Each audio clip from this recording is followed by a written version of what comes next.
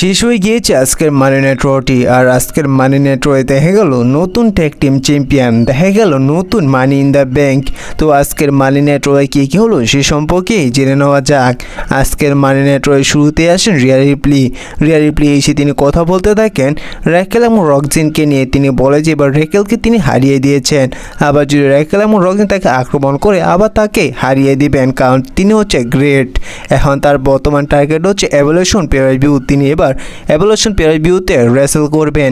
ঠিক সেই সময় থিম সং প্লে হয় ইউস্কাই এসে তিনি Riya Ripley face to face হন।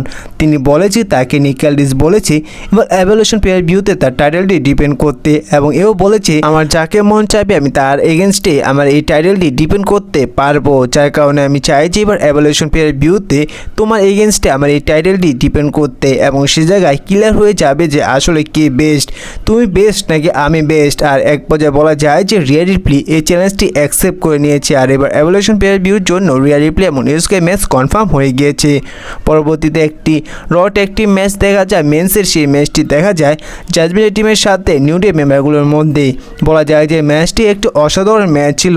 এই ম্যাচটির এক পর্যায়ে গিয়ে দেখা গিয়েছিল যে যখন জেভিয়ার বুডকে আটকে ফেলে জেডি ম্যাকডোনা, এবং ঠিক সেই সময় জেডি ম্যাকডোনা ফিন বেলারকে তার ফিনিশার দিতে বলে। ফিন বেলার তার ফিনিশার দিতে গেলে ঠিক সেই সময় জেভিয়ার বুড চলে যায় এবং সেই ফিনিশারটি জেডি ম্যাকডোনা লাগে, যার কারণে অনেকে মনে করেছিল যে এই জায়গায় হয়তো ব্রেকআপ দেখা যেতে পারে। আর আরও একটি বিষয় যে আজকের এই ম্যাচটির মধ্যে সমস্ত দর্শকরা প্রচুর সাপোর্ট দেখাচ্ছে জেডি ম্যাকডোনাকে, এমনকি ফিন বেলারকে বলা যায় যে তাদের বেনিফিট হিসাবে প্রচুর সাপোর্ট করছিল সমস্ত দর্শকরা। আর পরবর্তীতে দেখা যায় যে এই ম্যাচটির মধ্যে নিউ ডে মেম্বারগুলো তাদের সমস্ত ফিনিশার দিয়ে দেয় ফিন বেলারকে, কিন্তু সে জায়গায় ফিন বেলারকে কিছুই করতে পারে না। ফিন বেলার বারবার চেক আউট করে নিয়েছেন। ম্যাচটা এক পর্যায়ে গিয়ে দেখা যায় যে জেডি ম্যাকডোনা তার ফিনিশার দিয়ে দেয় জেভিয়ার বুডকে, পরবর্তীতে ফিন বেলার তার ফিনিশার দিয়ে দেয় জেভিয়ার বুডকে, পরবর্তীতে সে ফিন বেলার জেভিয়ার বুডকে পিন করে সাকসেসফুলভাবে তারা নতুন র ট্যাগ টিম চ্যাম্পিয়ন হয়ে যায়। আর বলা যায় যে এখন জাজমেন্টের মেম্বারগুলোর কাছে সমস্ত মেম্বারগুলোর কাছে বর্তমানে টাইটেল রয়েছে, সবাই চ্যাম্পিয়ন রয়েছে। পরবর্তীতে দেখা যায় শেমাস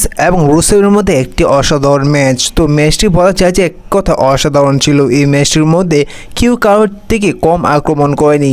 এক পর্যায়ে দেখা যায় যে শেমাস তার ফিনিশার হিট করছে রুসেফকে, তবুও রুসেফকে পিন করতে পারছেন, সে চেক আউট করে দিচ্ছেন। আর অপরদিকে রুসেফও তিনি তার ফিনিশার হিট করছে শেমাসও চেক আউট করে দিচ্ছেন। এক পর্যায়ে দেখা গিয়েছিল যে রুসেফ তার ভয়ঙ্কর সেই সাবমিশন লকে আটকে দেয় শেমাসকে। সে মনে হয়েছিল যে এই জায়গায় শেমাস চেক আউট করে দেবে, কিন্তু পরবর্তীতে দেখা যায় যে সেই সাবমিশন লকটি ভেঙে দেয় রুসেফের শেমাস। এখন অনেকে ধারণা করছিল যে এবার হয়তো শেমাস জিতে যেতে পারে রুসেফকে হারিয়ে, কিন্তু ম্যাচটি এক পর্যায়ে গিয়ে দেখা যায় যে রুসেফ তিনি ভয়ঙ্কর তার সুপার কিক দিয়ে দেয়, তার ফিনিশার দিয়ে দেয় শেমাসকে, এবং সেই জায়গায় শেমাসকে পিন করে সাকসেসফুলভাবে এই ম্যাচটির মধ্যে রুসেফ ভিক্টরি নিয়ে নেয়। তারপর রিংয়ে আসেন গুন্থার তিনি মাইক হাতে নিয়ে প্রোমো কাট করতে থাকেন। সে জায়গায় গুন্থার বলে যে আমি ব্যাক স্টেজে বসে বসে দেখছিলাম টিভিতে ডাব্লিউডাব্লিউই গোল্ডবার্গকে সে পুরনো ভিডিও প্যাকেজ প্লে করতে। সে জায়গায় দেখাচ্ছে গোল্ডবার্গ তিনি আগে কতটা ভয়ঙ্কর ছিল, কতটা স্ট্রং ছিল, তিনি তার অপোনেন্টগুলোকে কীভাবে ডিস্ট্রয় করে দিত। কিন্তু এই জায়গায় আমি বলতে চাই যে গোল্ডবার্গকে সে পুরনো সময় সে সময় চলে গিয়েছে, এখন হয়েছে আমার সময়, কারণ গোল্ডবার্গ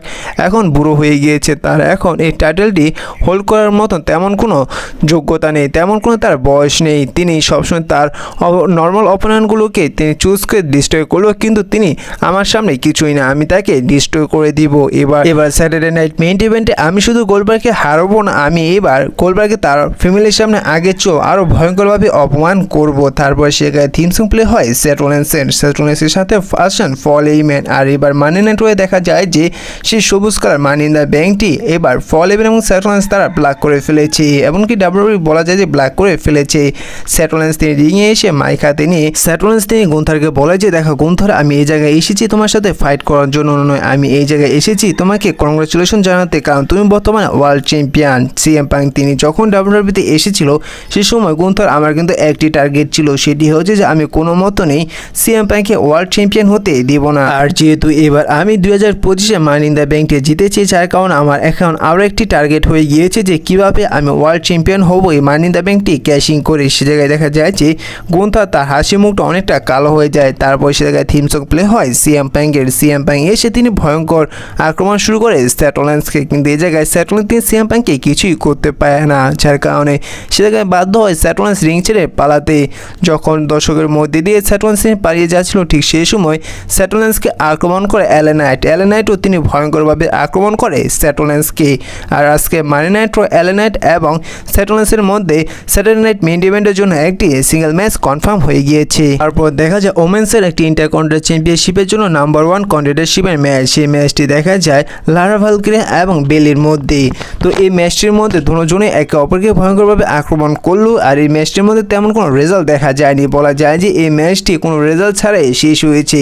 আপনাদের যেমনটা জানিয়েছিলাম যে এবার ডাব্লিউডাব্লিউ ওমেন্স ইন্টারকন্টিনেন্টাল চ্যাম্পিয়নশিপের ম্যাচটির জন্য এবার এভলিউশন পেয়ার ভিউতে একটি ট্রিপল থ্রেট ম্যাচ করাবে, তেমনটাই দেখা গেল আজকের মানি নাইট রয়ে।